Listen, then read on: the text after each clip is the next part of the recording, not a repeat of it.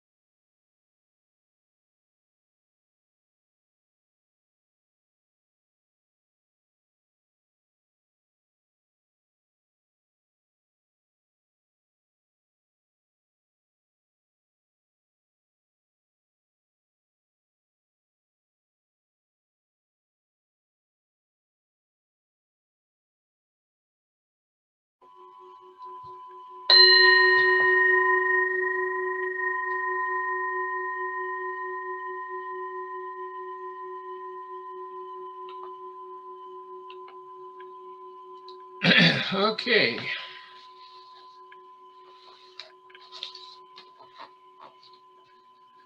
Well, where we left off was part 2, section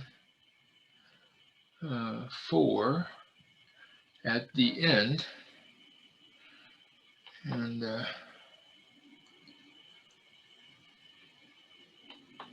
see if I can.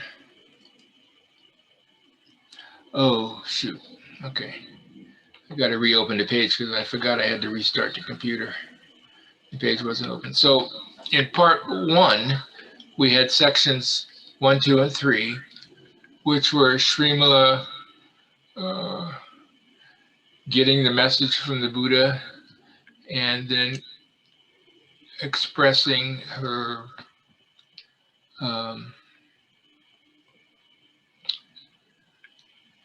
vows and proclamations and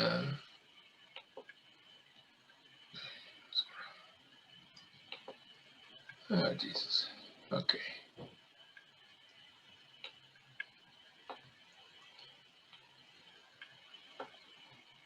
So,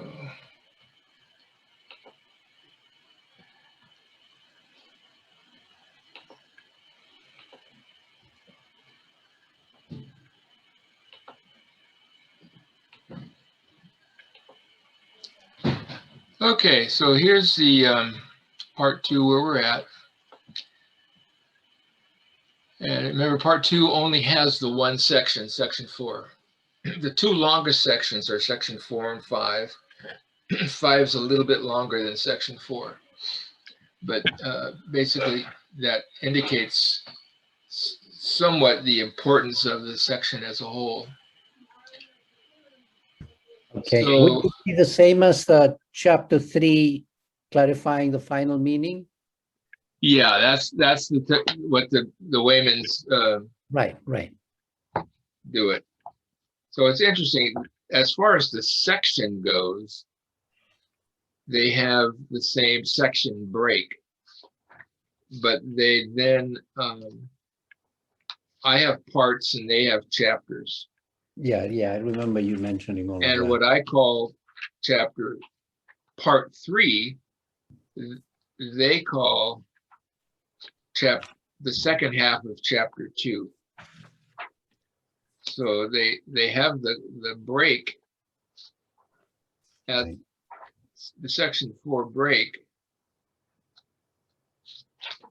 and they have it as 4, the embrace of the illustrious doctrine, but they don't have the chapter break there. So that's the section breaks are the same, but they have 4 chapters instead of 3 parts. So it's ended up being a little different. So we are not at the clarifying the final meaning yet. That's section 5. Okay, right, okay. We're at section 4, and we are right on that at the top of page 77 in the Waymans version. Okay, great. Thank you. And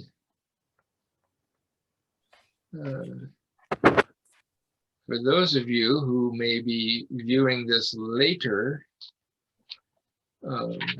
as a video, in the Diana Paul version, we are at the bottom of page 159.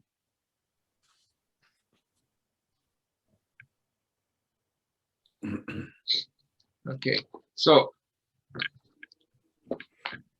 in our, okay, so remember she had presented several metaphors: great cloud, great waters, great earth, and real Dharma as renunciation of body, life, and riches, acceptance of the real Dharma as Dharma friendship. I like that because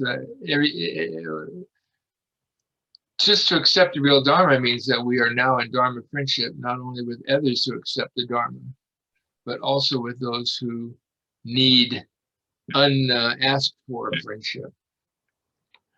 And then acceptance as a great strength. So this last one, she said, "World honored one, I see that acceptance of the real Dharma, thus is great strength.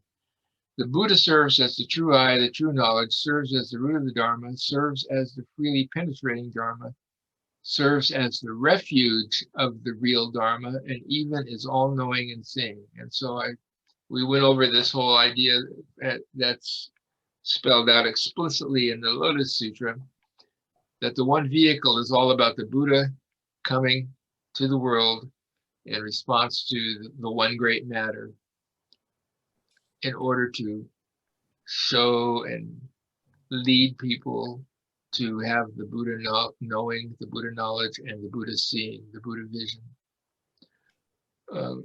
So that was just a little section, and then she stops there. Now, in this last section, basically, the Buddha responds, continues her metaphor, and confirms, basically, that what she says is the teaching according to the Buddha. And so this is a narrative turn that happens quite frequently in the Buddha Sutras, where, remember, there's 2 kinds of Buddha Vakana, Buddha's word. One is directly from the Buddha. The other is from the Bodhisattvas, or arhats, in the convocation, and then the Buddha lets them talk, and then he gives a little sign or capping response of his own to verify that this was the Buddha's teaching.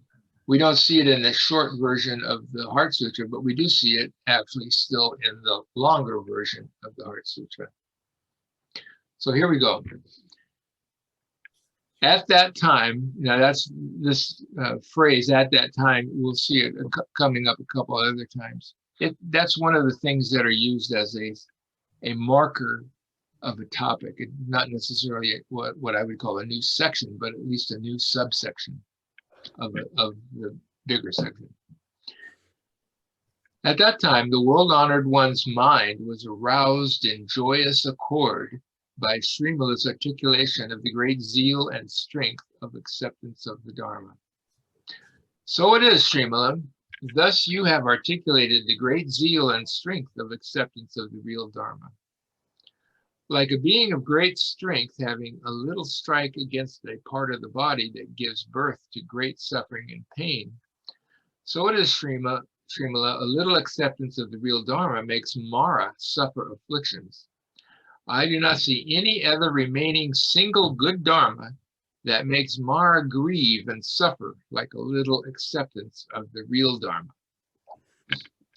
And again, this, the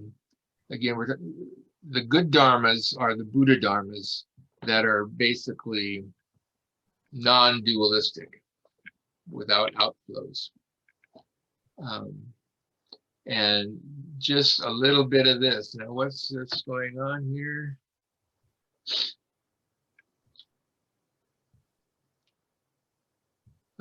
This term is interesting. See what's going on here. There we go.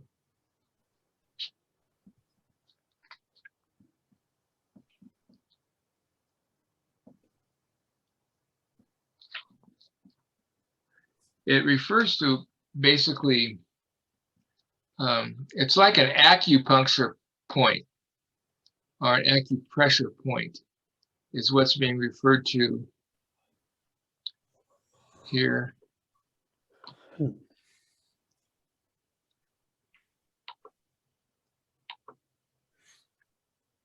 An acupressure point when it says Mara suffers afflictions, or another place? Well, where it says the point. Okay.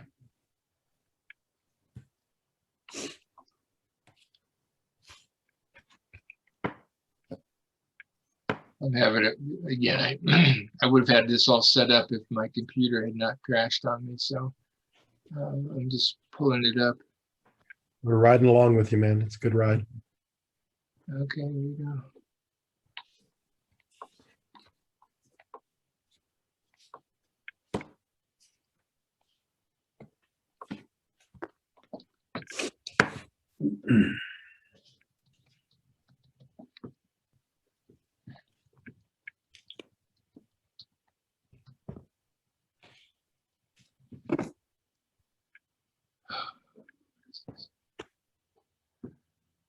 Okay, what page are we on here? What I'm having to look up is my footnotes.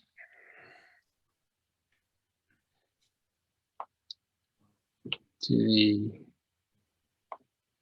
section here.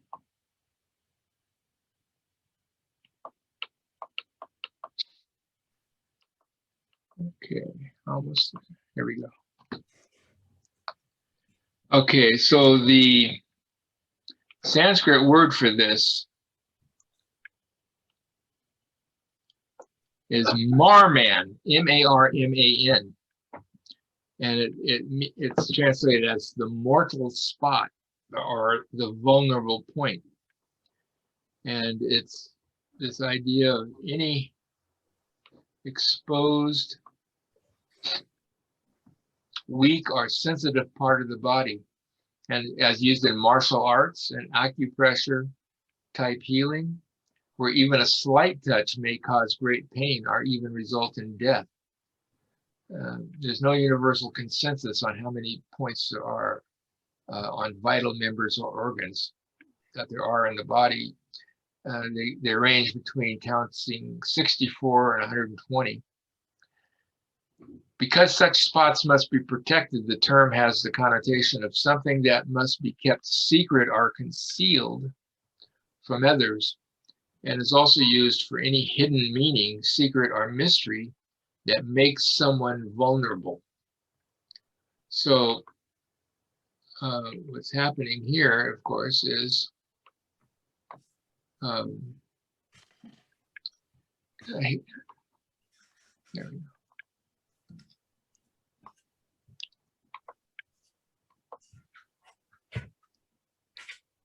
The idea here is that acceptance of the real Dharma gives you access to seeing where Mara's weak points are, and just accepting the real Dharma exposes his weak point as if hitting him in that, knocking, so you have, like hitting him in the kidney or something like that. We'll explain a little further more about who Mara is and where he hangs out in another section. Okay, so now we go to, because its use is vast, it is also like the king ox, whose shape of form is without compare and superior to every ox. So it is that in the great vehicle, a little acceptance of the real Dharma is superior to all the virtuous roots of the two vehicles. Now this king ox image is again another reference to the Lotus Sutra symbology of the three vehicles, the goat cart, the deer cart, and the ox cart. But then when the three kids came out, the Buddha had the cart drawn by the king ox, the white ox, who is without compare and superior to all the others.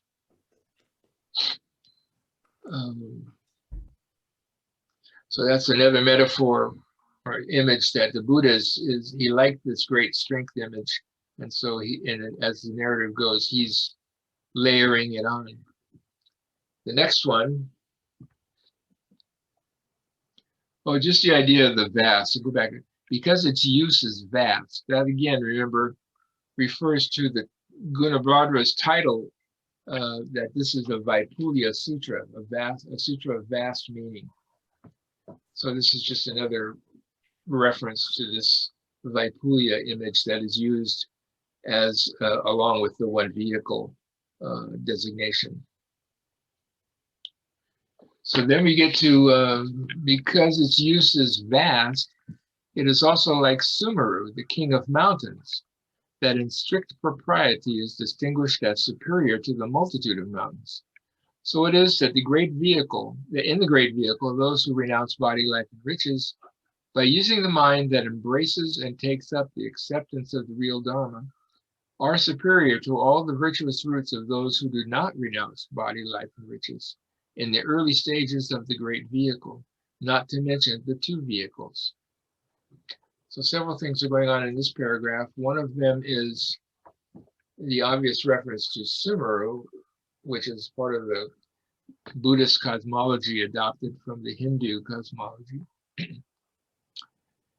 But then again, this is tying back to the immediately previous section, well, a couple sections before, where Srimala was talking about the renunciation of body, life, and riches.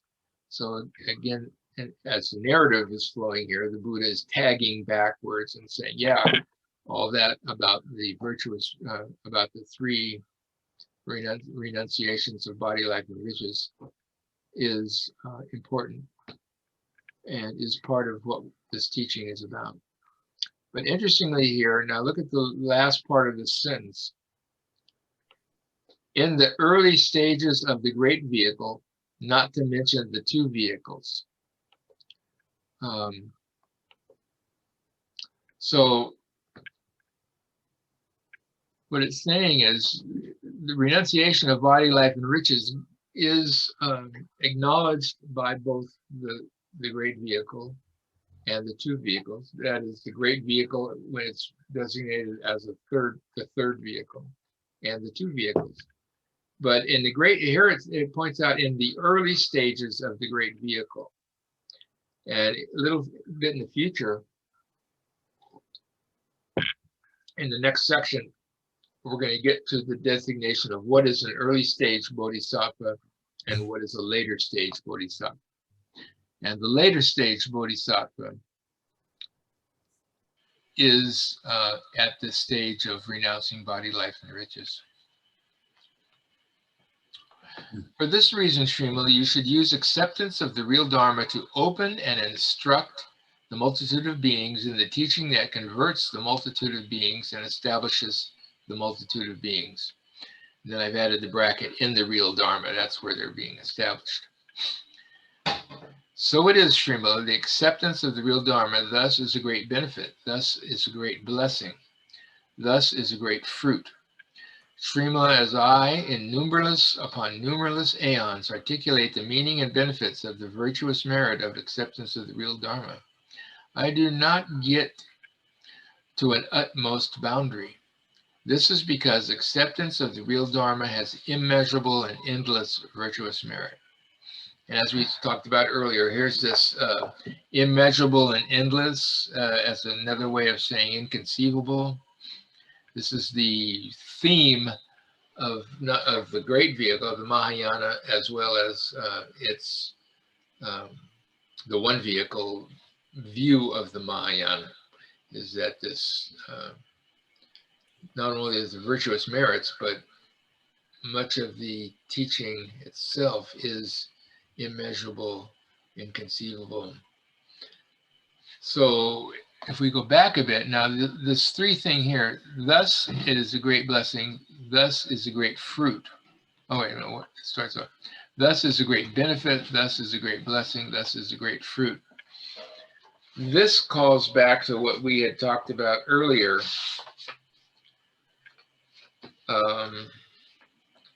At the first appearance of the term, the Dharma body, and this question of the, it's the 8th stage bodhisattva who has the first realization of the Dharma body. The 8th stage is the realization of the Buddha as a refuge, as a jewel, the realization of the jewel of the Buddha. And that goes with the renunciation of the body. Renunciation of life goes with the 9th stage, the jewel of the Dharma being realized.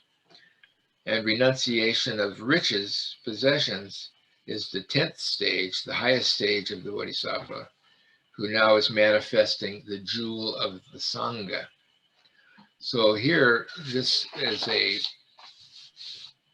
kind of a tag return to that idea where the great benefit is the 8th stage, the great blessing is the 9th stage, and the great fruit is the 10th stage.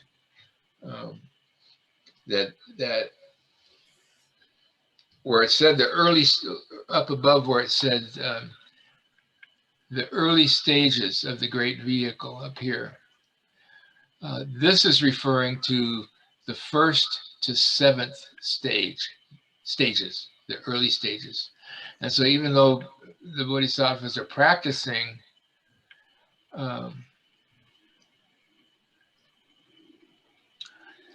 practicing the bodhisattva way, they don't really get to the full renunciation of body, life, and riches until the 8th stage. And that is in the 8th stage, they then get the great benefit of the renunciation of the body. At the 8th stage, at the 9th stage, they get the great blessing of the renunciation of the lifespan. And at the 10th stage, they get the great fruit of the renunciation of riches. So what's interesting here is going backwards, fruit, getting the great fruit is if we give up possessions and riches and wealth, we get the great fruit as the, sometimes they talk about it, reward or whatever. It's the harvest. It's not that renunciation just makes us give up things, but we do get actually the harvest, and that's the great fruit at the final stage. The great blessing again is giving up our lifespan, our life force. Is we get a great blessing. It's not like we are going to peter out and die that night because we've given up our life force. What we've given up is our ego relationship to the life force, as if it's in our control, as if it's in our ability to extend it beyond what it is. But that becomes a great blessing, not a curse. And then going backwards to the great benefit, the great benefit of renouncing our body becomes that great benefit of being able to function in the real world as a bodhisattva.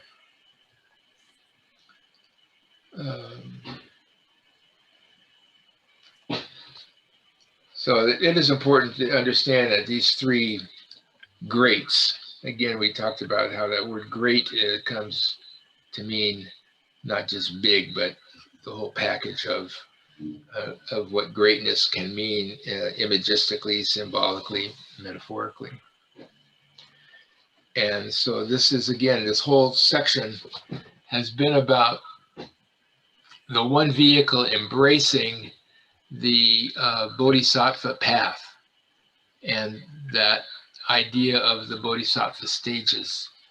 But it doesn't lay it on thick, and it doesn't, as you can see, it takes a different approach than the Prajnaparamita Sutras, which really go this stage, this stage, this stage, this stage. Here, most of the references to the stages are imagistic, imagery, symbolism.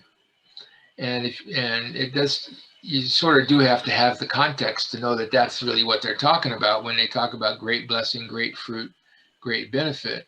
They're talking about the last three of the 10 stages, but they're doing it without this whole idea of step by step and sequencing and numbering them as the overt packaging of them. So that's to me part of the difference of how the one vehicle approaches the bodhisattva stages. And we talked last time, I mentioned the note where the Lankavatara Sutra says it even more explicitly. The fifth is the second, the third is the eighth, and that kind of thing. Whereas they're saying, don't get fooled by the numbers.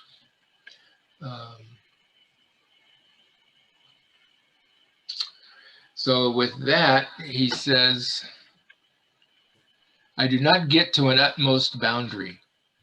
So that's another thing of saying the Dharma path, the practice is never ended. It's endless, it's immeasurable. And the utmost boundary is referring again to the utmost boundary of life and death, samsara. So it's this interesting thing that if we go, there is actually even I didn't remember the name of it, but this phrase recalls a Pali Canon sutta about the Buddha. Oh, what was it? Oh man, it's a Bodhi. Maybe it's the earliest, an early Mahayana sutra. I'm a little bit confused. I'll have to look that up again. There's a bodhisattva who's or arhat whose name is he walks on the air or walks on the wind, and he's a bodhisattva or arhat who made a vow to find the utmost boundary of samsara. He took it, birth and death, samsara, as a literal the place in this world is birth and death. So he starts on a journey headed in a direction to get to the end of samsara, to get to the end of this world, to get to the end of birth and death. And the sutta is using that imagery and storytelling, tells the story that he couldn't find the end. No matter how far he went and how long it took him, he couldn't find the end. And then he had the realization of samsara is nirvana, nirvana is samsara. That the end is not a physical thing or physical place or in time. It's not in time or space. So that's what they're talking about when he's, I do not get to an utmost boundary. They're referring to the boundaries as, again, as we would approach them with outflows, that they are things, that they are places on a map that can be put on a map as the boundary of between birth and death, or the boundary between samsara and nirvana. Okay, those are all the comments at the end of this. Anybody want to talk about, raise a question or point before we go to the next section? I do. Unless somebody else has another one, I can wait. I'll remember. Go for it. Thank you, Carol. The word acceptance seems to be a potent one in this. And acceptance has a lot of kind of broad, nuanced, and textured meanings. What's its flavor here? Well, it's good. It's exactly the same flavor as what Danielle was reading the other night, to accept and receive reality as it is. And so it's the acceptance of that, of the real Dharma, to me is, you know, of course, we accept things as a gift.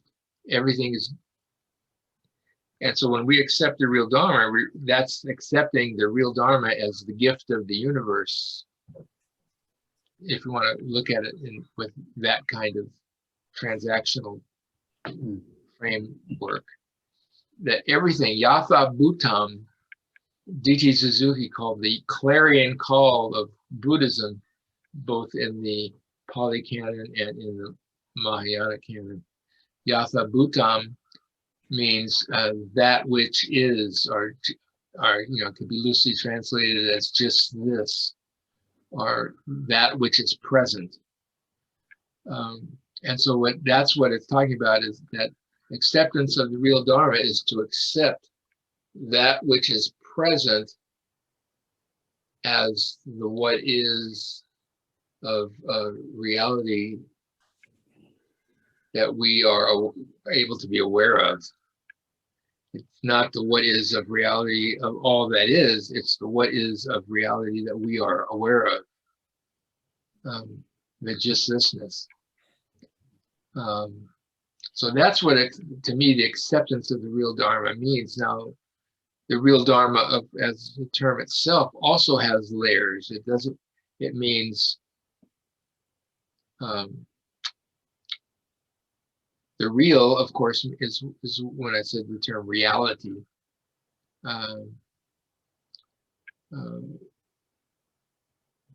It means, and Dharma means, this is part of the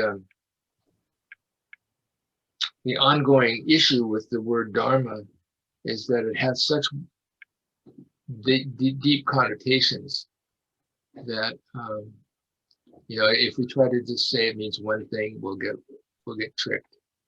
But the real Dharma is what is real in front of us and not merely imagined. And we accept that. And so it's the teaching, it's the real Dharma is all the teachings of the Buddha as the one vehicle. This one vehicle interpretation of the real Dharma means all the teachings of all the vehicles when we take Dharma as the teaching. If we take Dharma as method, The real Dharma is what is real in all the methods that are taught. So that's what you were meaning of what we talked yesterday about Shodo Harada using the term practicing Prajnaparamita. Deep Right. Prajna. Yeah, or he was talking about Hui Neng talking about Right, Maha Prajna Paramita, right, Mahaprajna, right. and we could even use Maha Prajna Paramita as a mantra or Right. our Dharini, like Gate Gate Parasam Gate. So yeah, so that and what Shoda Harada was saying was that Prajna Paramita, to accept Prajna and receive Prajna Paramita means that we are accepting and receiving the universe, everything in the universe. Right. Yeah. That- So that I we say are- it. That's that why we I are say the this is the universe, same the same idea of acceptance. Right.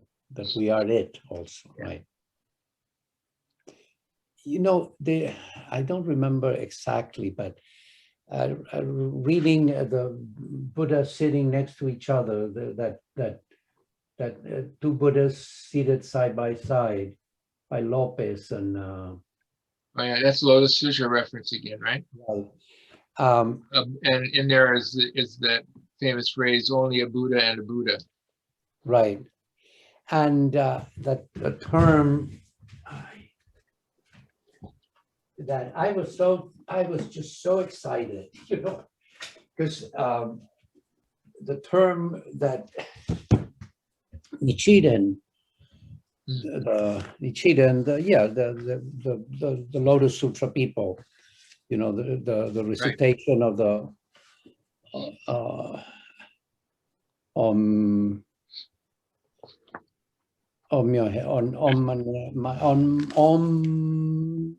Namyo Harenge Kyo, Namyo Harenge Kyo, Namyo Harenge Kyo. That recitation, it includes everything, because a single thought moment entailing the 3,000 realms, Ichinen Sansen. This is Shiji, which you're familiar with that guy, formulated on the basis of this passage on the Lotus Sutra. Shiji formulated a grand architectonic concept that got to be called the single thought moment entailing 3,000 realms, Ichinen Sansen. In a famous passage, he writes, now a single thought, literally one mind, comprises 10 Dharma realms, and each Dharma realm also comprises 10 Dharma realms, giving 100 Dharma realms. A single realm comprises 30 kinds of worlds. Blah, da, da, da, da, da, da, da, da. And as Shiji goes on to explain, well, in translating, we often say that 3,000 realms in a single thought moment, Ichinen Sansen, because that is a natural English, but strictly speaking, is not correct, as Shiji goes on to explain. Where the mind to give rise to all phenomena, that would be vertical relationship. Where all phenomena to be simultaneous contained within the mind, that would be a horizontal relationship. Neither horizontal nor vertical will do. It is simply that the mind is all phenomena and all phenomena the mind. This relationship is subtle and profound in the extreme. It can neither be grasped conceptually nor expressed in words. Therefore, it's called the realm of the inconceivable. So Nichiren Ichin Sansen was the father and mother of Buddhas. Right. So there we are again with that word inconceivable as the what we always bump up against when we try to talk about, and we create these lists, we create these great mottos and phrases. One mind moment, 3,000 worlds, and then we have to jump off at, oh, really, it's inconceivable. But we have to conceive it to be able to be human about it. Right. Yeah. So that's fun. Yeah, he was the Ji was the founder of Tintai. Oh, Not strictly the founder, but the great commentator, promulgator of it, because Right. he wrote several treatises that put it all into a coherent context. And one of his greatest works was the one on the great Samatha Vipassana in Chinese terms. Moho Shi Guan. And what's interesting is in that work, he talks about Zazen, sitting meditation, Zhuo Chan. And based on that work, among other things, are focused on that work, in addition to others of his writings, Zongmi in the 9th century included Zhi Yi as a honorary Zen master in the lineage. He said when he made his chart of all the Zen masters, in his words, in his framework, he made the lineage chart all go back to Bodhidharma. Anybody who went back to Bodhidharma was a Zen in the Zen lineage, or Zen lineages. And so he included the Ox Head school because they went back to Bodhidharma through the 4th ancestor. And then he included the what's that? Wasn't he, Zongmi was Huayan, no? Well, there's some controversy about that. Zongmi was both a Zen master in the lineage of Shen Hui and a Huayan master.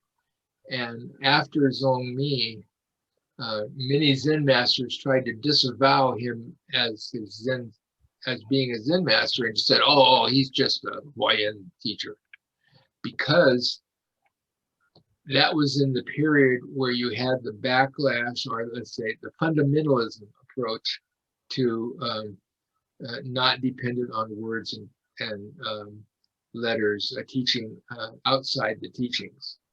So because his whole thing was, his great opus was the fountainhead of Zen.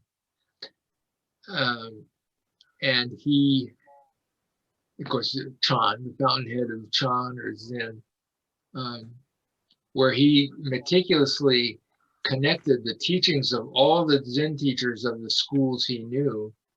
He would pick out teachings, representative teachings, and then he correlated those with the sutras. And he was trying to fight back this idea that Zen was somehow separate from the sutras, where he emphasized Zen doesn't depend on the sutras, because Zen depends on our mind, penetrating our mind, turning back, turning around, and awakening. Awakening doesn't depend on the sutras per se, although we saw in this case, Srimala awoke just on hearing the sutras, and Huineng had his first awakening just on hearing the sutras. But it's that sense that may happen, but if you go and study the sutras, you're not guaranteed that that's going to happen. And so there was this backlash where, because Zongmi wrote this giant book connecting Zen with the sutras, that there was a backlash from Zen teachers trying to disavow him as a Zen teacher. This may help. This may even explain why there's no extant versions of his great opus other than the introduction. His introduction is still present, and it's a great book. It's one of my favorite books. Jeffrey Bowden is the translator. But the actual 10 volumes, no, it was even more. I forget how many scrolls it was a very giant work. None of it's left except the introduction scrolls.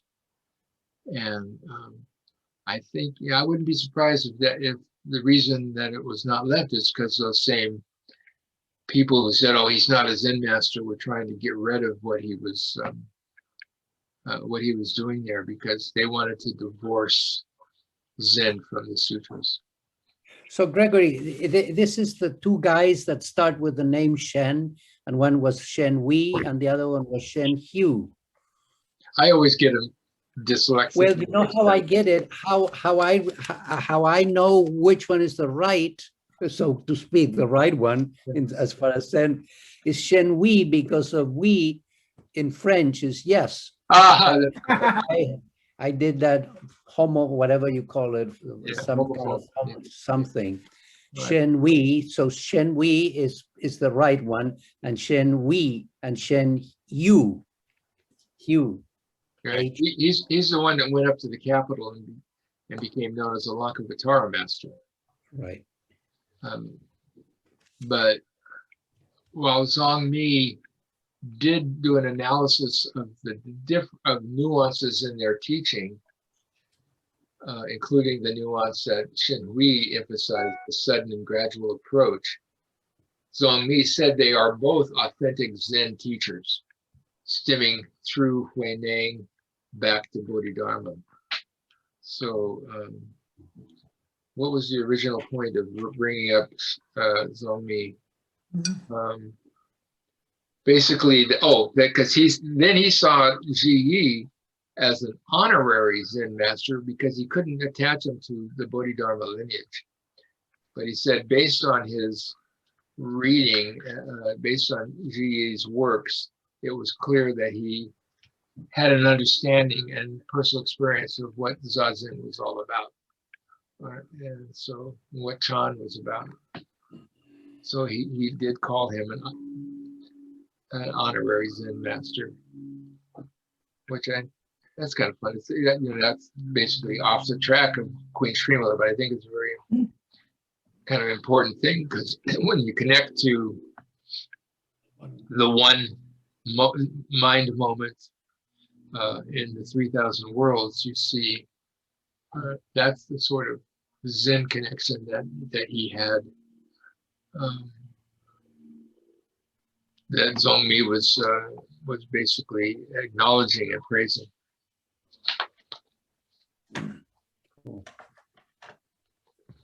Okay, anything else before we move on to the next one? Okay, I just posted this only today. So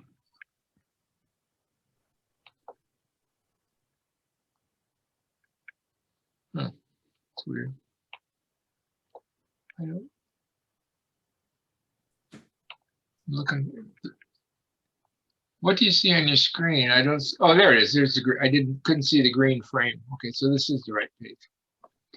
So I just posted this today. So I'm going to click on this. Oh, that's interesting. It opened in a new tab. So now I've got to stop share and share the new tab.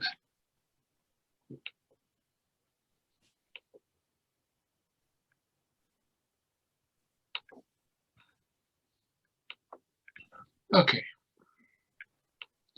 So this is, now we're going into part 5,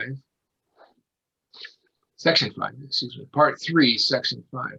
So in my framework of this, from here on is all part 3, from here to the end of the sutra. It's all part 3. And the title for that is Entrance to the Way of the One Vehicle. Section 5, coming from that entrustment section of a list of section titles, is called Articulating the Entrance to the One Vehicle. So we have entrance to the way of the one vehicle and articulating the entrance to the one vehicle. I've got first half here just because this is the first half of section 5, part 3, section 5. Now, No, I made a note because I just started watching The Mandalorian on TV on the Disney Channel, This is the way. and that's it. Yeah, that the motto of the Mandalorian Creed is "This is the way." I thought how cool that is that they put that into the modern what do you call pop culture reference. And so, because that's the perfect thing where it says entrance to the way of the one vehicle, this is the way. That's basically what this whole sutra is now about, becomes about. This is the way of the one vehicle. And so part 5, articulating the entrance to the one vehicle. And then we have various, and part 5 is, or section 5 is the longest section. But after section 5 come sections 6 to 15, and they all articulate the way of the one vehicle. So this one is articulating the entrance to the one vehicle. And then all the remaining sections articulate the way of the one vehicle. And by that, it means the way of the one vehicle in reviewing the Buddha Dharma.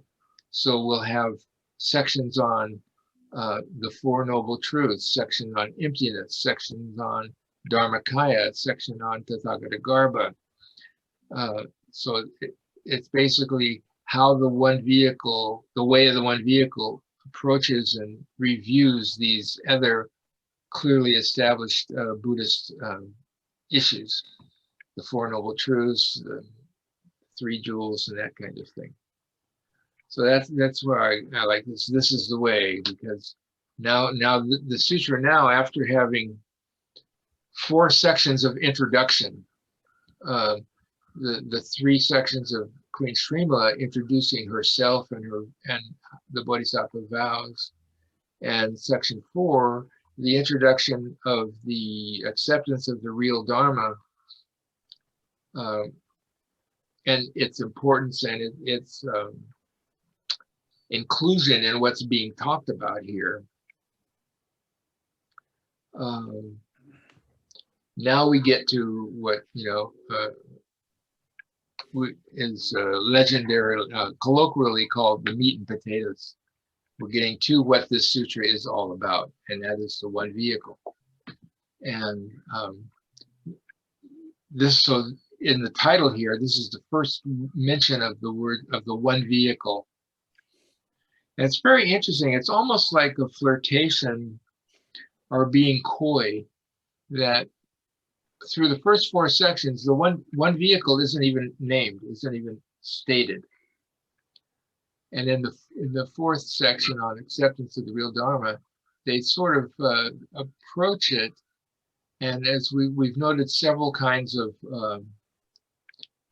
pointers when they talk about, like when she talked about the one great resolution.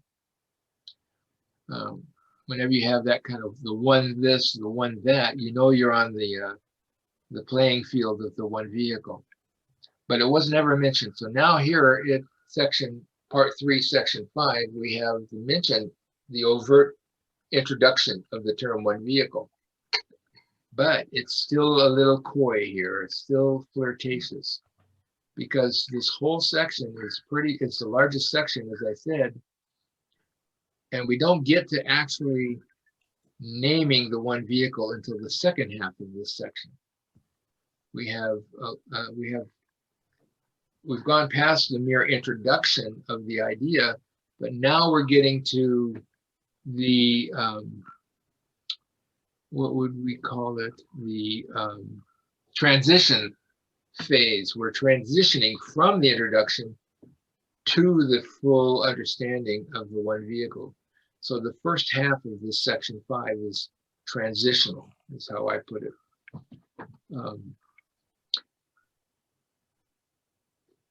So we have here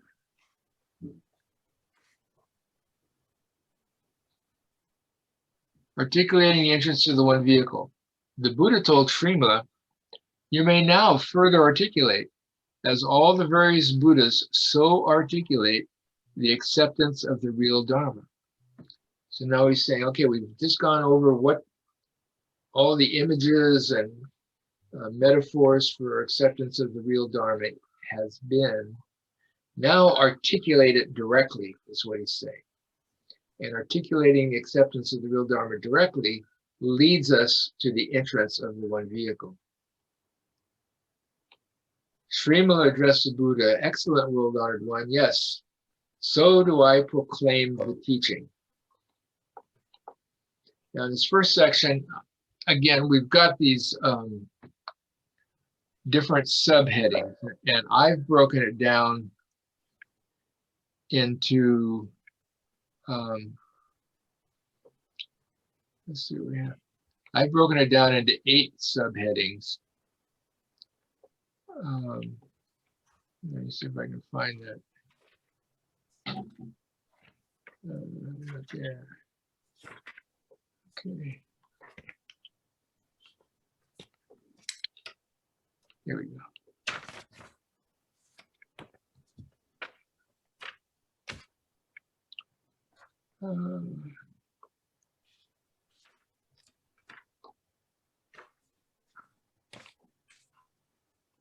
Okay, so here again we have the outline of section 5 on the one vehicle. Everybody calls it section 5 or chapter 5. But Diana Paul does not break it down any further into subsections. The Waymans have 1, 2, 3, 4 subsections. And I've broken it down even further to 8 subsections. Oh, this one doesn't, yeah. You know what? Between the last meeting and this meeting, I added an 8th one. Because I was, and when we get there, I'll explain why. I thought I had put it already here, but let me see where it goes.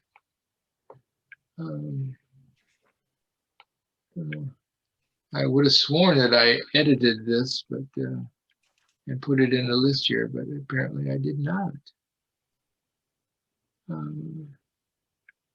Or I guess I just put it in the main body of the text and forgot to go back to this outline and put it in here.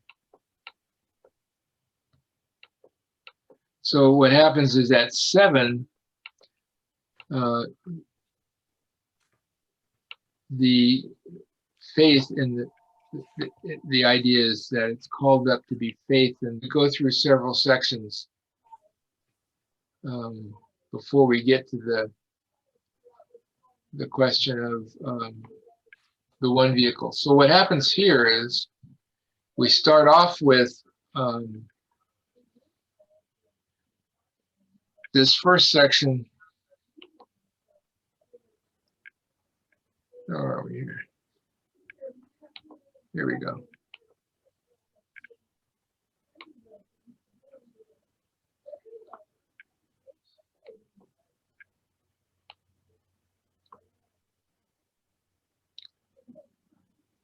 So,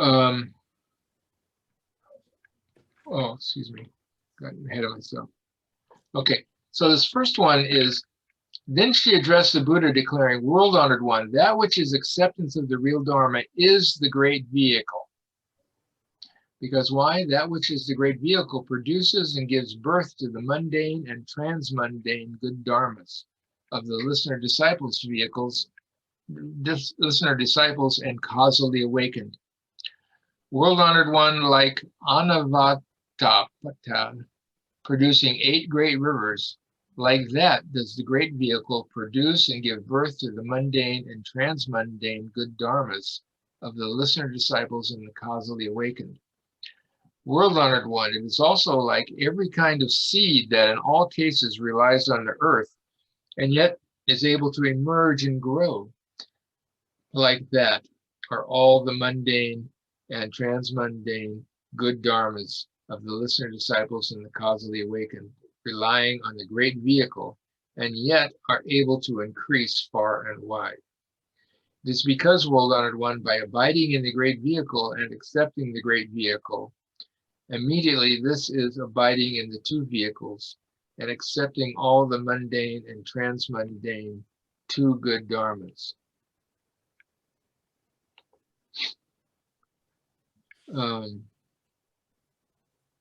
Transmundane good dharmas of the two vehicles. So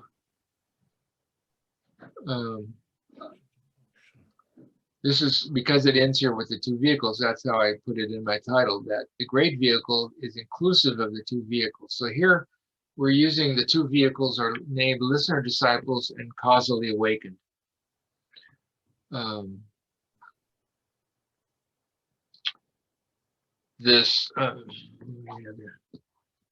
Okay, the Waymans have a very long note on this idea of mundane and transmundane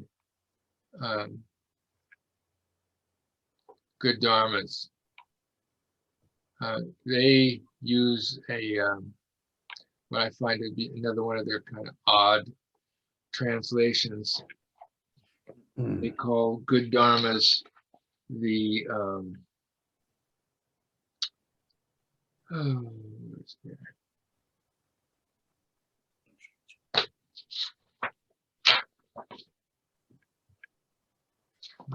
wrong page, 77. No, here we go. Virtuous nature, the mundane and supramundane virtuous natures. For some reason, they translate dharma and dharmas as nature and natures. It's just one of those quirky things that comes when you're translating Tibetan. The Tibetan translation of the Sanskrit dharma comes up nature, as opposed to dharma or things per se. So there's this whole controversy over what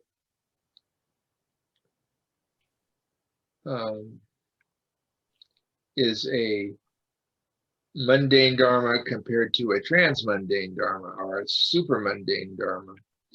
And this is one of those funny things, just like in Buddhism, just like in Christianity, you had all kinds of parsing of the language and the words, attempting to come up to nail down a meaning. In this case, the same phrase, mundane and transmundane, as I use the supramundane or transmundane, mundane and transmundane good dharmas, is a phrase that also comes from the Samdhi Nirmokana Sutra, another of the One Vehicle Sutras as we've discussed. And commentaries on that sutra pin it down to mean one thing, that the supermundane and the mundane refer to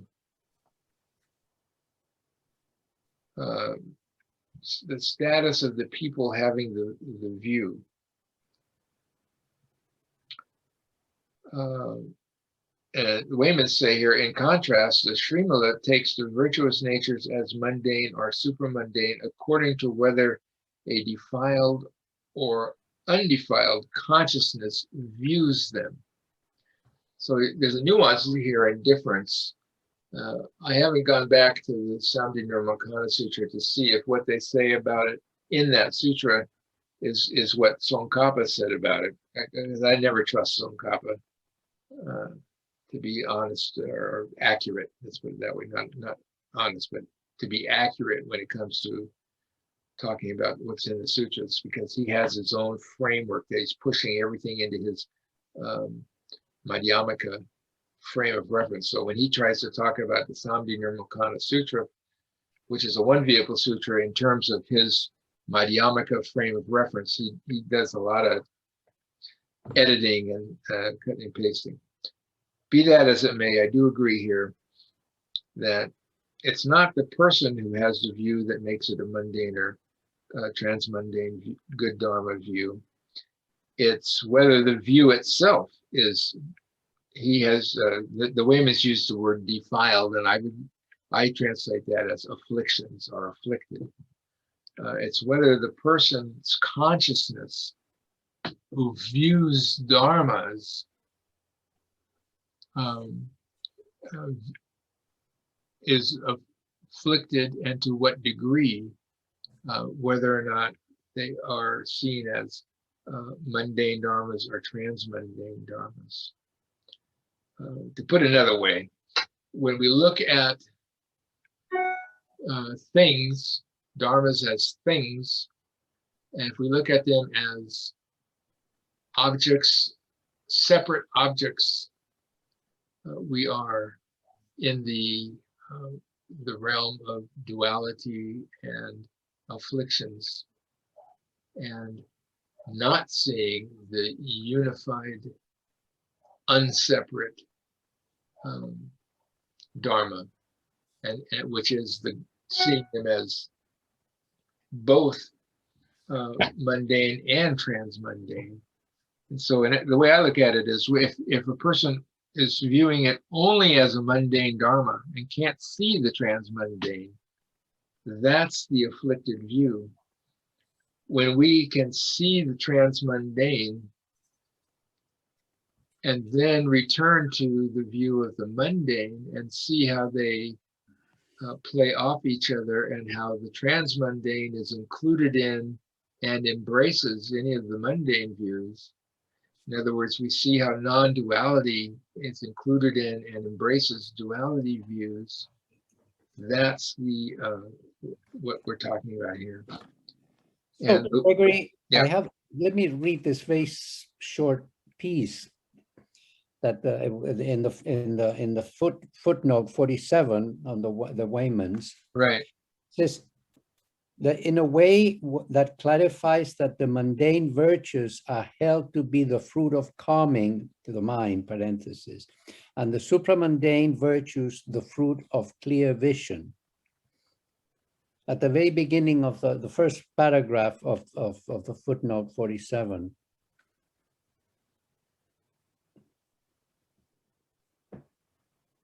After mentioning something in Mochana Sutra passage in the Lamrim Chen No Mo, beginning the Shamatha section manuscript by Alex Wyman, in a way that clarifies that the mundane virtues are held to be the fruit of calming the mind, and the supramundane virtues the fruit of clear vision. Right. See, that's Tsongkhapa's view, Oh, which I don't agree with. It is some. I see. Yeah, that's what Tsongkhapa was trying to divide it, saying that samatha gives you mundane views and vipassana gives you supramundane virtues or dharmas. And that just doesn't make any sense to me, because samatha and vipassana go together like samadhi and prajna. And you can have a samadhi prajna view of mundane dharmas and a samadhi prajna view of the transmundane dharmas. And that's what I think they're getting down to is, I see. It's not that, it's how the one's consciousness is afflicted or not afflicted, not whether one has achieved this or that stage. So that it makes sense. It makes sense that in Zen we don't make a big deal about vipassana and shamatha, because we're supposed to do both. Right, and that's when the sixth ancestor Huineng talks about it in terms of samadhi and prajna, using that language instead of samatha and vipassana. He explicitly states they go together. You can't have samadhi without prajna. You can't have prajna without samadhi. And so when the earlier Buddhists said, first you have samatha, then you're able to get vipassana, that idea was totally rejected by Huineng, saying they come together. Can I play with an edge on this and sure. see if you can challenge me awake here?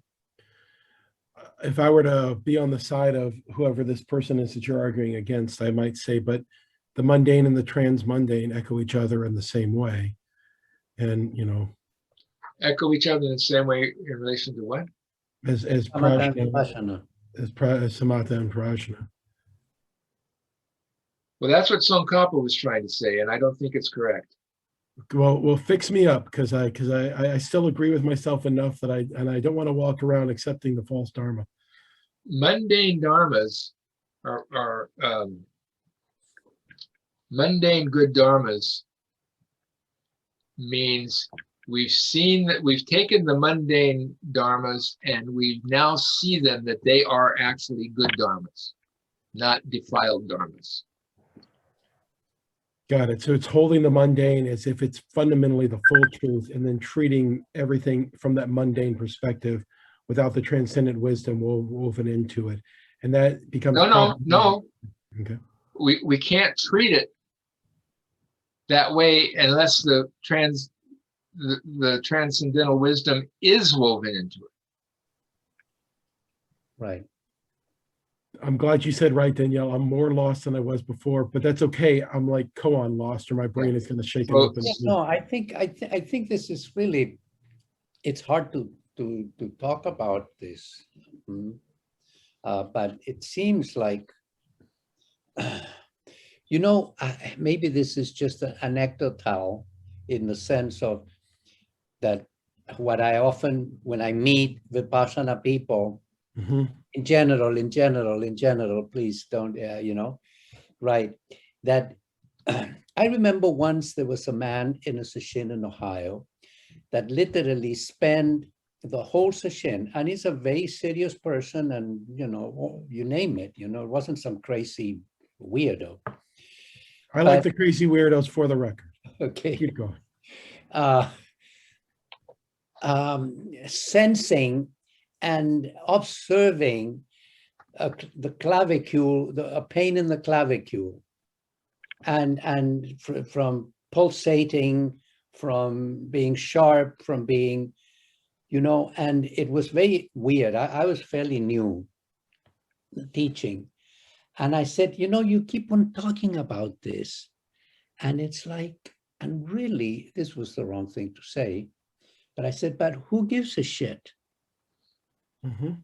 And I said this in Dokusan, and I You're apologize. earning your stripes as a Zen teacher right there. I love it. I love it. because it's like, what has that got to do with, I'm completely caught in the naming, in placing, and Vipassana very good at doing all of that.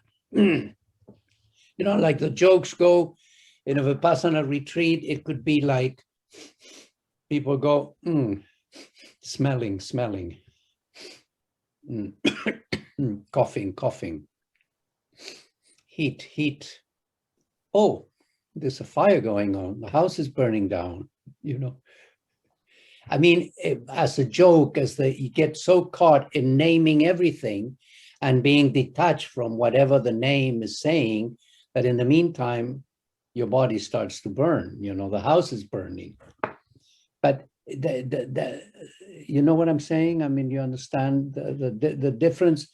There's so much following the sensations in the body and placing them as a way to drain that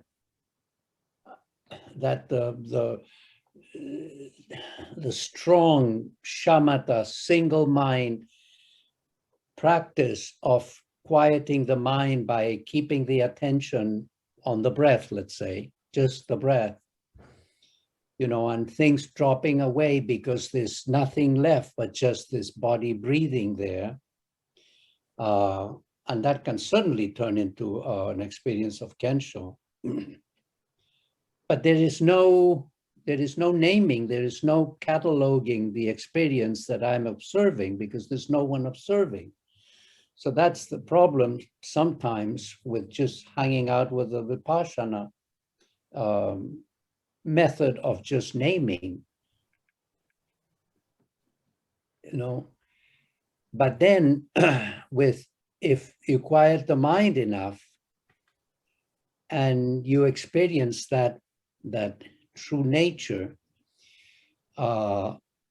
there's a wisdom that starts to appear. And then that mind based on, it's like what Gregory mentioned yesterday, the difference between something and function. What was it, Gregory, that the practice for Tathagatas and Yeah, the Zen of the Tathagatas and the Zen of the ancestors. right.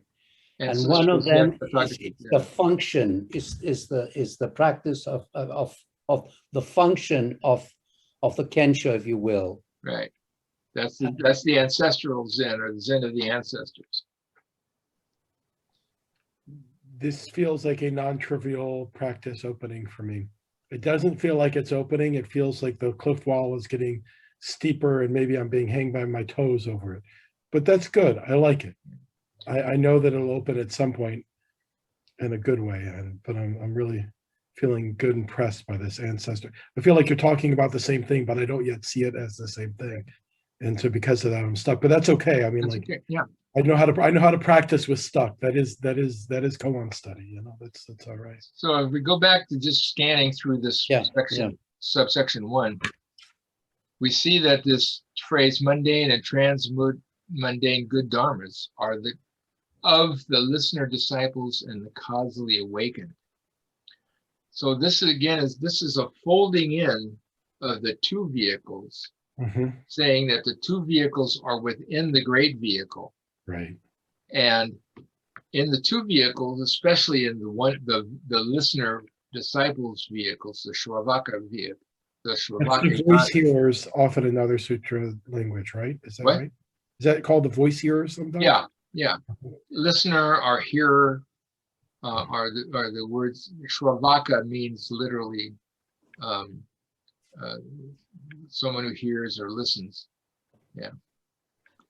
So I use the translation listener disciples. And causally awakened would be The Pratyeka Buddhas. Pratyeka Buddhas. Okay. Now we're going to get to it's coming up not too far down the road here. The three vehicles are the listener disciples, the causally awakened, and the bodhisattvas.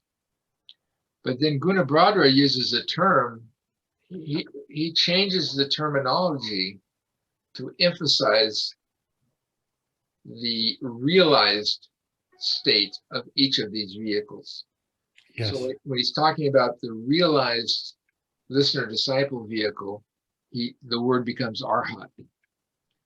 When he's talking about the realized Pratyeka Buddha, the causally awakened vehicle, the term is changed to independent Buddha. And then when he's talking about the bodhisattvas who are at the higher stages, the Srimala Sutra uses the term bodhisattvas of great power. And that's what refers to what I earlier said. It's the 7th, 8th, 9th, and 10th. The 8th, 9th, and 10th are certainly bodhisattvas of great power. The 7th is the transition phase between the first 6 and then the last 3. And so some people refer to the 7th as the non-backsliding stage. And in that sense, that's where the great power of the bodhisattva begins. And so before you get to the 7th stage of non-backsliding, your feet are not really firm in the bodhisattva path. And so you're a beginner bodhisattva and not a bodhisattva of great power, because you don't get your great power until you get to no more backsliding not in terms of, one thought or another, or one, not being able to, you could still make mistakes, but you're not backsliding in terms of your bodhisattva progress. If that distinction is clear. Yeah, it makes a very deep practice sense. I think at one point, Danielle, when I was at a place in practice, you say there is a place where people have a turn, and after that turn, the energy of the practice carries them forward. Right. And I remember maybe Dido Lori saying something like, it was impactful for me, is like, initially in practice, it's your kind of karma and your causes and conditions that puts you in the seat and keeps you focused for long enough. And after you're practicing in a way that deepens enough, it becomes the sustaining of your own practice, your own kind of awakening that keeps you focused or moving. I'm not saying it right, but something. No, you're pointing it out. And in fact, this sutra has shown that development. Living by vow is another way of talking about this transition. Right. Where you're not practicing based just on causes and conditions, although causes and conditions are always present in every aspect of our lives. But now the bodhisattva practice is not by causes and conditions, it's by vow. And that's why we had in section 2 and in section 3, Srimala articulating her vows, and at the beginning of section 4, stating that all those vows condense into the one great resolution to accept the real Dharma. So that's that transition from being an early stage bodhisattva to a bodhisattva of great power. Is now your practice is based on living by vow. It's, it reminds me a little bit differently, different language, but when Mado, I think it was Mado, the one that said it. Yeah, it was Mado or Corey Hess, but I think it was Mado, or maybe Corey Hess quoting Mado. It's like once that's some kind of stage in which the experience of waking up has some kind of power in one's life. Mado said, then you can do what you want. Yeah. It's really no problem. You can do what you want. I mean, within the appropriate, within the vows and so on and so forth. But I mean, you can climb mountains, you can play the lute in the ghetto, you can, I don't know, you can be a Robin Hood, I don't know. But it was kind of a very ordinary comment and also a very daring comment that I loved. Well, that comes right out of Lin Ji. He said exactly that. And of course, Hakuin in the Song of Zazen, the Ode to Zazen, says, our singing and dancing are the voice of the Dharma. And that is, again, one of these shocking phrases to people of the two vehicles, because singing and dancing are not the voice of the Dharma. They are expressions of afflictions, of getting caught up in mundanity. Yeah, absolutely. But here, at this stage, we're talking about the mundane and transmundane good dharmas of the two vehicles are abiding in the great vehicle. This last sentence says, it is because by abiding in the great vehicle and accepting the great vehicle, immediately this is abiding in the two vehicles and accepting all the mundane and transmundane good dharmas of the two vehicles. So we go back to that image of the 3-story pagoda. You can't get to the second story unless you've been through the first story. The first story is all the mundane and transmundane good dharmas of the two vehicles, but now we're looking at those transmundane and mundane dharmas from the perspective of the great vehicle and the one vehicle. So it looks like we're close to a stopping point for tonight. So I just wanted to point out a couple historical things here. This here, Anavatapta, producing 8 great rivers. This is another Indian cosmological thing like Mount Simeru, but where Mount Simeru is the whole sphere of the several worlds. they call them continents, but basically continent there means physical, a physical place of Mhm. experience. So we are not living on the continent where Mount Sumera is. We're living in Jambu Piva, or I think it's Jambu Piva or Diva. So that's the continent we're living on. But here, this lake is the lake in that continent, and it produces the 8 great rivers. And Can you tell me the name of that lake? I was trying to. Anavatapta. It's Anna- it's Is here that the on. lake around Mount Sumeru? Is that the Mushoga? No, it's got nothing to do with Mount Sumera. That's what I'm trying to say. Okay. Anavatapta. I have it highlighted on the screen there. Anavatapta. Anavatapta. Okay, Yeah. great. Because I'm gonna look it in my little So dictionary. it has nothing to do with Mount Sumera because this lake is supposed to be in Tibet, Ah, and it produces the 8 great rivers in this world. So the Got it. Ganges is one of them, and what's the one that flows through Pakistan? Hindu. The Indus River. Hindus, right. And the Jamajuna, I mean, yeah. Yeah, and so also on the other side of Tibet, the Yellow River and the great rivers of China were also seen to be flowing from this mysterious lake in Tibet. So that's why they're using this as the image, because it's the cosmological image of a lake that produces the 8 great rivers of the world, the known world of that cosmology, which basically included both sides, the surrounding area of Tibet. And there is actually a lake. Of course, obviously it doesn't spill out into 8 great rivers, but there is a lake in Tibet, which was seen as the physical presence of this great mythological lake. We have here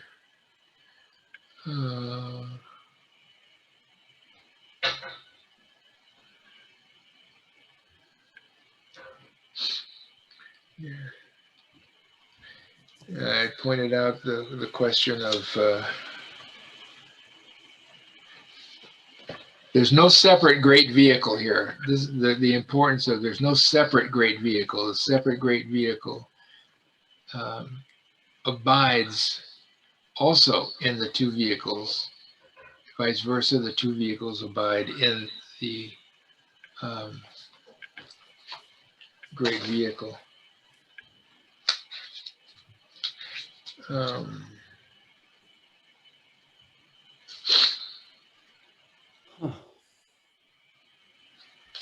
So I just have a note here that we still haven't mentioned the 1 vehicle, but this is, we're, again, like I said, we're flirting with it and we're inching towards it. So this is basically saying, okay, now we have 3 vehicles. We have the 2 vehicles and we have the great vehicle, but the great vehicle is not a separate 3rd vehicle.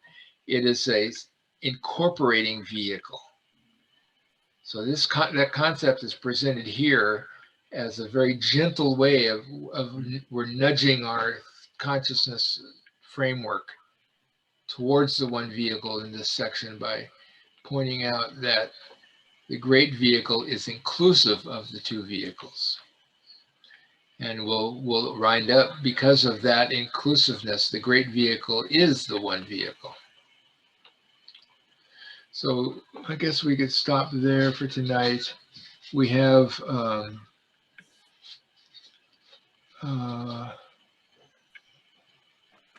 this next section again. The first section focused on the mundane and transmundane good dharmas of the 2 vehicles. Now we're going to get to a section called the 6 loci of the listener-disciple vehicle, or within the great vehicle. So now we're going to focus just on the listener-disciple vehicle and talk about the important points that are within the great vehicle, and we're kind of at this point putting off the discussion of the Pratyeka Buddha to another section. So I guess we'll stop there for now. This is, if you want, it's on the website. Let me see here. I'm going to post the link to it in the chat. Where's my chat? All right. So if you click on it immediately, it'll open the page and you can save the page, or you can just save the chat and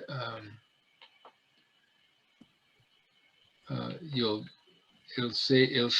save in your computer and you can open it up later. But that's the page where where we're going to be continuing on for the first half of section 5. Right. That's the second part. So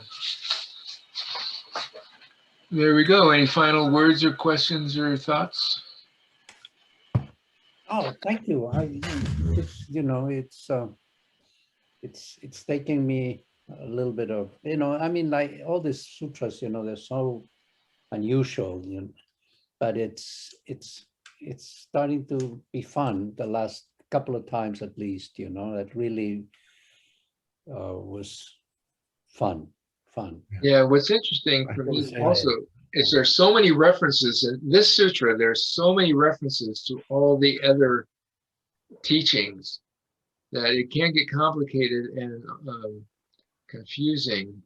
But on the other hand, it's really like an intricate painting of reference to the other teachings of the 2 vehicles and the bodhisattvas and things like that. And by going through it minutely like this, I've been able to, that's how it's been able to be revealed to me, all these things. Like at the very first reading, I would have never seen great benefit, great blessings, and great fruit as a really nuanced statement of 2 different frames. One frame, renunciation of body, life, and riches, and the other frame, the 8th, 9th, and 10th stage bodhisattva. All 3 of those triads merge together in that simple phrase: great benefit, great blessing, and great fruit. So,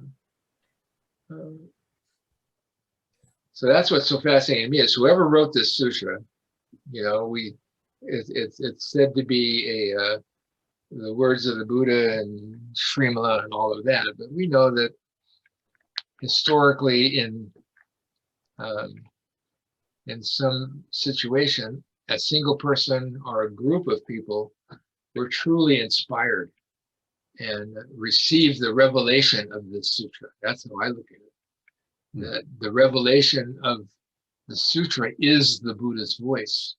That revelation is the Buddha's voice speaking to us and speaking to the people who wrote this down. And I would presume they were monk scholars who were deep in practice, not intellectual scholars who were just trying to think about Buddhism as a philosophy. Yeah. That's how it feels to me too. Thank you, Gregory. And I feel so nourished by this. And thank you, Carol and Danielle, for being here. It makes this practice so rich. Yes, thank you, Gregory. Thank you very much. Okie doke. And I'll sit with my steep cliff wall hanging by my feet this week. I'll see if it opens. Ah.